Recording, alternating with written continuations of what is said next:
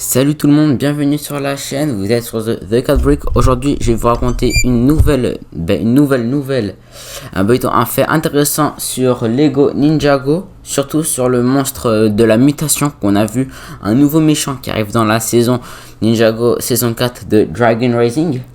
Savez-vous que le monstre de la mutation est en réalité la toute première mini-figurine Ninjago à utiliser cette énorme pièce comme tête? Parce qu'on a vu que la tête était plutôt grosse et c'est le premier personnage Ninjago à utiliser cette tête. Normalement, ce moule est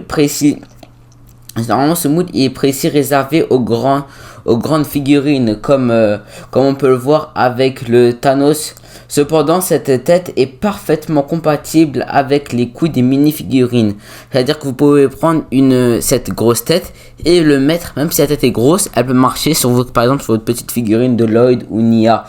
C'est ça qui est très bien et possède même un tenon en au-dessus de la tête pour poser par exemple un chapeau ou pour poser ce que vous voulez au-dessus de la tête comme n'importe quel personnage Lego en général. Mais c'est ça qui permet au monstre de la mutation d'utiliser son chapeau d'utiliser son chapeau marron parce que vous pouvez l'enlever comme ajouter un autre chapeau, ça qui est très bien. Et le résultat, sa silhouette est vraiment unique, qui se démarque non seulement parmi les personnages Ninjago, parce que d'habitude Ninjago c'est tous des personnages simples, des ninjas ou des méchants.